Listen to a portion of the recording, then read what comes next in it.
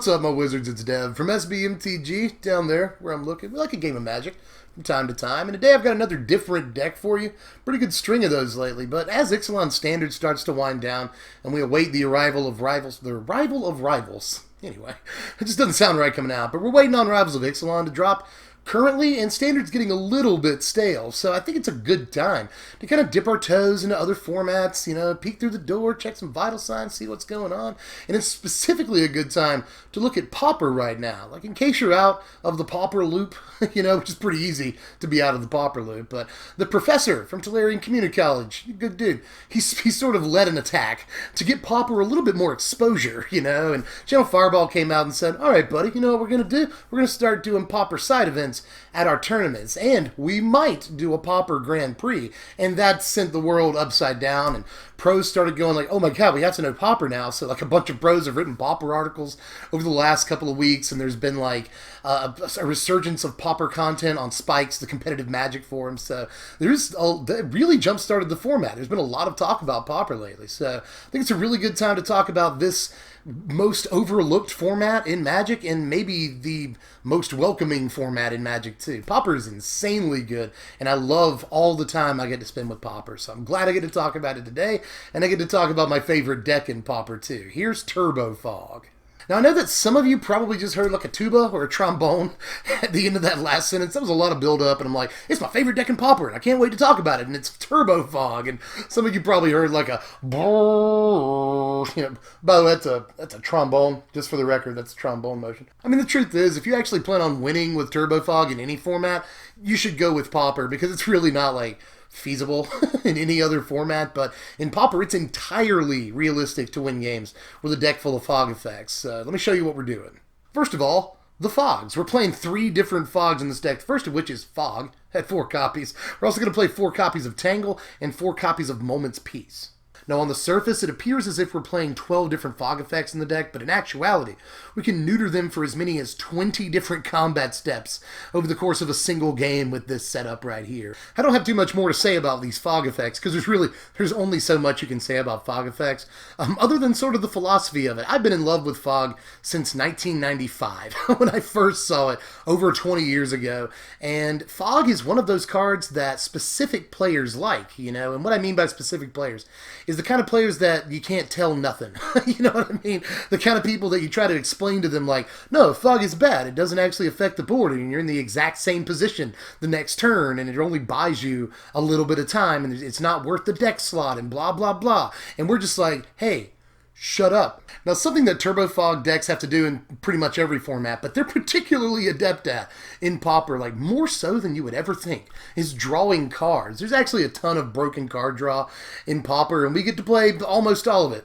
So with that in mind, we're going to play 4 copies of Ponder, 4 copies of Preordain, and 4 copies of Brainstorm. Just all of the 1-mana blue draw stuff effects we can possibly get our hands on. This helps lower our land count, find our win cons, find fogs when we need them, just everything that we could possibly want to do in this deck. All these cards do for the lowest price, almost the lowest price imaginable. You know, there's only 1 tick between 1 and 0, so, you know, 1 mana is an amazing deal for all these cards, and they're all pretty heavily played cards in other formats too. You know, like obviously Brainstorm has more than proven how ridiculously powerful it is.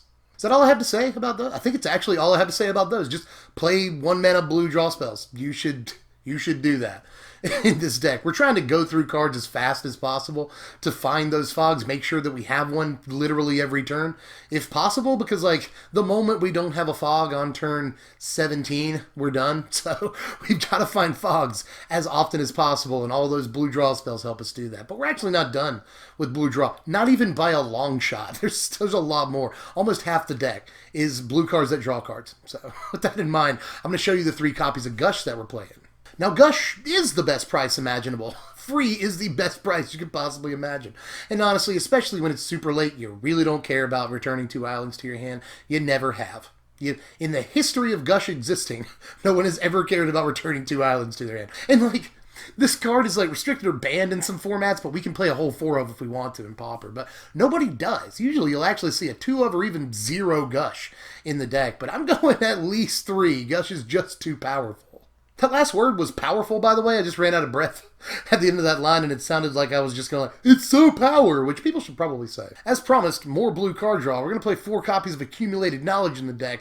Another extremely powerful piece of card draw. Like I'm telling you, Pauper has some of the best blue card draw ever printed in the history of Magic. It's kind of ridiculous what we have access to. And yeah, Accumulated Knowledge is one of those pieces. In a way, this card is like super legendary. This card has never been bad in the history of its lifespan. And I know the first one only draws you 1 card, but with the amount of cards we're going through in this deck, we're going through cards at a pretty astonishing clip. You know, we've got 12 different pieces of 1-mana card draw. We've got 3 pieces of 3 card draw. You know, I just showed you Gush. So we're going through cards fast. You'll have like 2 or 3 Accumulated Knowledge in the graveyard really, really fast. And at that point, paying 2 mana to draw like 3-4 cards is nutso. So yeah, play all 4. Definitely. Why would you not play all 4?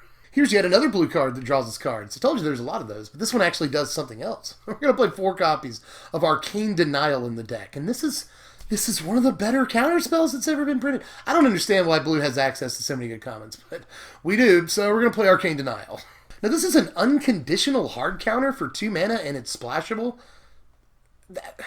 I don't know how much more convincing you need that that's a good card, but it does have a hidden mode on it in case you've like never seen this card. You can counter your own spells and essentially draw 3 cards when your next upkeep rolls around. That's really good when you can do something at the end of your opponent's turn. Just go ahead and Arcane Denial it, and as soon as you untap, like in the next 3 seconds, you'll draw 3 cards plus your draw step for just 2 mana. Come on, man. That's really, really good. And even if you counter one of their spells, yeah, they get to draw a couple, but you get to draw 2. So you get to draw a card. So Arcane Denial is just always good. And finally, for the main deck, we've got 3 copies of Muddled the Mixture in here. This also counters spells, which is kind of important against Burn. You know, Burn is a really, really awful, maybe our worst matchup. All in all, in the entire meta. So it's good that Muddled the Mixture is fine against Burn, but this also goes and gets our win condition for us, which is pretty sweet, or it can go get a Moment's Peace if we need it, a Tangle if we need it, a piece of card draw like a piece of candy, a piece of card draw like Accumulated Knowledge. You know, there's a lot that Muddle the Mixture can transmute for, so lots and lots of flexibility on this card. But you know, in a pinch, it can be used to counter the Burn spell that's about to kill you, so that's good too. Now, you may have noticed that we have no way of winning the game. You know, we're going to draw ourselves out at this rate, even if we can, you know, negate all of their combat steps. So we have to win the game, and the best way of doing that in Pauper, at least in this deck, is Jace's Erasure. Pretty self-explanatory. I could probably just like move on to the lands at this point, but you know, it's our big win condition, so I should talk about it. First of all, we can search this up. Search for this with Muddle the Mixture. That's sweet. Even if we already have one out, multiple copies of Erasure are dumb. It's just Botho, you know. And we've got like all these 1-mana draw card spells. You know, we've got Gush, which is free. It's just super easy to chain card draw spells together so that you can make Erasure ridiculous and get that 2nd or 3rd copy down more easily. By the way, I know that Jace's Erasure has its fans, like mill players and budget players tend to love them some Jace's Erasure, but there's probably an equal number of people who are side-eyeing it, like a little skeptical about Jace's Erasure, bro, and I get that. But honestly, in this deck, it's kind of what's fun about the deck. It makes the deck really powerful. I mean, we're drawing a bunch of cards, we're going through things really fast, we're casting spells at the rate of like a Storm deck in this deck. So having Jace's Erasure, especially when you have multiple copies of it out, and you're chaining, you know, Gush into Brainstorm into Ponder, and, you know, you're essentially like, you get to the point where you're glimpsing them every turn. You're casting Glimpse the Unthinkable like every turn sometimes in this deck. So don't sleep on Jace's Erasure. Easily the best win con the deck has, and at this point, more or less the only win con that most people play when they build the deck. Here's our lands. We're playing 18 of them. This is the newest sort of evolution of this deck. Again, a lot of people were playing like a bunch of random blue card draw, but it turns out if you just put 12 different 1-mana draw card pieces in the deck, you've got all the lands you could possibly ever need. The deck runs on just a couple of lands. Like, it doesn't really need more than a few lands. And it's going to go very, very late. Like, obviously, we're trying to get to, like, turn 15 or 20 in this deck, so chances are we'll have way more than enough lands. If we just have a couple to get us through the beginning of the game, we're fine. So we can run a drastically low land count in this deck and get away with it, which is one of my favorite things to be able to do. I'm always really focused on getting a land count cut down to its lowest, like, theoretical level, and I think they've definitely done that in this. I wouldn't run any less than 18, like, ever, but I don't think there's any reason to run more than 18 either. Now, rather than just give you a stock list for a sideboard this time around, I'm going to let you do some choosing here because there is a wide variety of options for this sideboard, and nobody builds it. No two players build this sideboard the same, and you'll often see a bunch of different stuff in it. So I'm going to run through some sideboard options for you real quick. Something you'll often see is Fade Away. This is just, especially if you can play it after your opponent is tapped out, turn 3, turn 4 against an aggro deck. This can sometimes be almost a board wipe that either forces them to lose all of their lands or lose all of their creatures, and nobody wants to make that choice. And no matter which choice they make, they're slightly screwed. So Fade Away is one of the just most splashy, bomby cards out of the sideboard in this format. We'll usually make room for at least a 2 or 3 of in this deck, but not always. Other cards that we have against aggro, which is obviously a matchup that we have to protect against, are Lignify. You'll occasionally see that because it's just green removal. Lignify is actually decent removal. It is essentially just fog on one creature for the rest of the entire game, and we'll take that. We've also got Nourish and Life Goes On. Sometimes you see these cards much less often, but these aren't just for the aggro matchup. They're also for the burn matchup, which I've already said is easily, I think, our worst matchup. But we've got a lot of tools against burn, actually. You'll almost always, no matter what, see 3 copies or even more of Dispel in this deck. This is obviously decent against control and even the Pauper Tron deck, which is essentially the de facto control deck in the format. But this is fantastic against burn decks. Same thing with Hydroblast. You'll see Hydroblast against burn and aggro decks, and mono red aggro like goblins and stuff. Just Hydroblast is an insanely good card that takes out a bunch of different stuff right now and counters burn, so at least 3 copies go in a lot of boards nowadays. There's also Reclaim for decks that want to kill our Jaces Erasure, or we can get back a Fog when we really need to. Like if we don't draw a Fog, there's also a chance we can draw a Claim, and sometimes you'll even see 1 copy of Reclaim in the main deck. It's kind of an important card in these lists sometimes. You'll also see a fair amount of Scattershot Archer, not only in this deck, but in a lot of Pauper decks that carry green. They'll put Scattershot Archer into the sideboard there.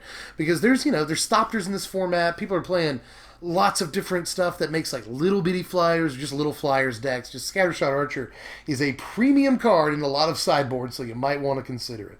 And then the last thing I guess I want to talk about here is Quiet Disrepair. Some people will play Nature's Claim instead, but I've found Disrepair to be the much better card in most situations. Against combo decks and stuff, you can just gain a couple of life until it's time for you to just say, no, you can't have that anymore. And the same is true against aggro decks that like to run artifacts like Affinity and stuff. Quiet Disrepair is just great. On turns that we know we're going to fog anyway, we can just gain 2 life. And over the course of a few turns, we can gain 6-8 life off of this card while we're fogging them, and that will equal another fog for all intents and purposes. So Quiet Disrepair is actually really good out of the sideboard, and there are even players running it in the main deck. Here are your power rankings right here. A final score of 59 sounds low if you're a fan of the channel, but this is Pauper, and they tend to scale much lower than other formats as far as the power rankings go. But I do think that the deck deserves that 6 power score right there. It looks a little bit high for a Turbo Fog deck, but again, we're just playing some of the best card draw that's literally ever been printed in the history of the game, so I think that a 6 is about right, actually. And, if you like decks that are fast and hit really hard with lots of offense, this obviously is not the thing for you. But if you like synergy-driven, card-drawing, almost combo engine-y decks that have a lot of consistency, this is the deck for you, actually. Just obviously very focused on defense. We want to draw a Fog and play it literally every turn. That's obviously pretty defensive. We're super consistent because we draw all of the cards in the world, so there's that too. And there's a lot of synergy in the deck, which I think is fairly obvious. Turbo Fog is another one of those decks like aggro that gets a lot of flack for being kind of mindless or dumb or like self-piloting, and I think that's silly. By the way, I don't understand people because like aggro and Turbo Fog, complete opposite ends of the spectrum, like literally diametrically opposed. They do opposite things entirely, and yet people can say that both of them are mindless. I don't get people sometimes. I don't think that either strategy is completely brain dead, but I think that this is a particularly mindful strategy because even though like cards like Brainstorm, Ponder, and Preordain, these are all, again, crazy one-mana draw spells. They also present you with decisions, and one wrong move, it's like cooking pork, one wrong move can kill you. Last thing I'll say about Turbo Fog is that if you're a jerk, this is probably the deck for you. And like, I don't think I'm a jerk, but I have way too much fun playing this deck for that not to be true. Like, I probably need to do some self-reflection, but like this is a jerks deck, you know. It's the kind of deck where you're just like, is it my turn? Yay! Draw cards, draw cards, draw cards. Have fun. It's so awesome. And you say go, and you're like, no. Fog you. Is it my turn? It's my turn. I basically time walked you there. It's my turn. Draw my card, draw cards, draw cards, draw cards, go. No, you can't have your combats. Is it my turn? If you're one of those players, it's always like, are you done? Are you done? Is it my turn? This deck is kind of for you. So, you know, and again, I should probably pause and reflect on why I have so much fun playing this deck. I don't mean to be a bad person. Now, Pauper Fog is obviously not a hard lock, but that can sometimes be even more infuriating for your opponent. You know, like if your opponent is locked, they know they're locked. You know, they know that it's kind of like they have no way out of this. But with Turbo Fog, your opponent's just like constantly building their board all game, so you're giving them false hope every single turn they untap. Like, is this the turn I'm going to be able to attack? I might be able to actually attack. Declare attackers? Like, it really gives people false hope. So that's another way that if you are a jerk, you might enjoy this deck.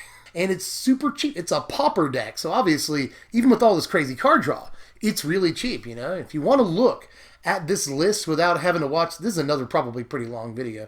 So if you don't want to watch the whole video again, just click the first link in the description. That'll take you over to my sponsors, the good folks at TCGPlayer, where you can grab this deck for anywhere between $50 or $60. It all depends on whether or not you're willing to get like lightly played stuff, but really top of the line, this deck will only cost you about $60 right now. And even after you build the sideboard, it won't run you more than like 70, 75 at the absolute most, which sounds a lot, you know, for Pauper, but some Pauper decks can run you way up there. The best decks in Pauper run you quite a bit of cash, actually. So if you're looking to get into the format, I think you could do a lot worse than this deck. It doesn't cost as much as some of the really heavy hitters, the popular decks in the format, but it also isn't quite as like dinky or super budget as a lot of stuff you could be playing in Pauper. But anyway, now I'm officially done. So do all the YouTube stuff, like the video if you like the video, especially if you want more Pauper content, because I'm telling you, this is like probably my second favorite format, if not my favorite format in Magic right now. I love Pauper, and I'd love to do more content. So if you want to see it, make sure you like the video and send me the message to do that. You can also comment, tell me you want more of this stuff, whatever you do. You can also subscribe to make sure you get all the deck techs coming up, Modern, Pauper, Standard, all that, Rivals of Ixalan spoilers, lots of content. Sub and hit the bell for the notifications if you would, please, and follow me on Twitter at SBMTGDev. Or, last thing, no one's forcing you, but if you got the Skrilla, you can just throw $1 in the pot at patreon.com/SBMTG. And if you throw $1 my way, I'll let you know what decks we're doing the day before we do them. That is good intel to have too. So I'm pretty sure that is the whole thing there. But if you guys have any other questions, comments, or anything like that, hit me in the comments section. I'll get with you. But in any case, I will catch you cats later. I'm Dev from The Place. Thanks for watching, my wizards. And remember, spread love. Be kind. This is who we are. This is who I am. If you think you can stop me, then you need to think again. Because I am a feeling, and I will never end. And I won't let you hurt my planet. Won't let you hurt my friends. Go ahead and try, hit me if you're able. Can't you see that my relationship is stable? I can sing down the something you're afraid of. Cause you think that you see what I'm made of. I am even more than the two of them. Everything they care about is what I am. I am their fury, I am their patience, I am a conversation. I am made.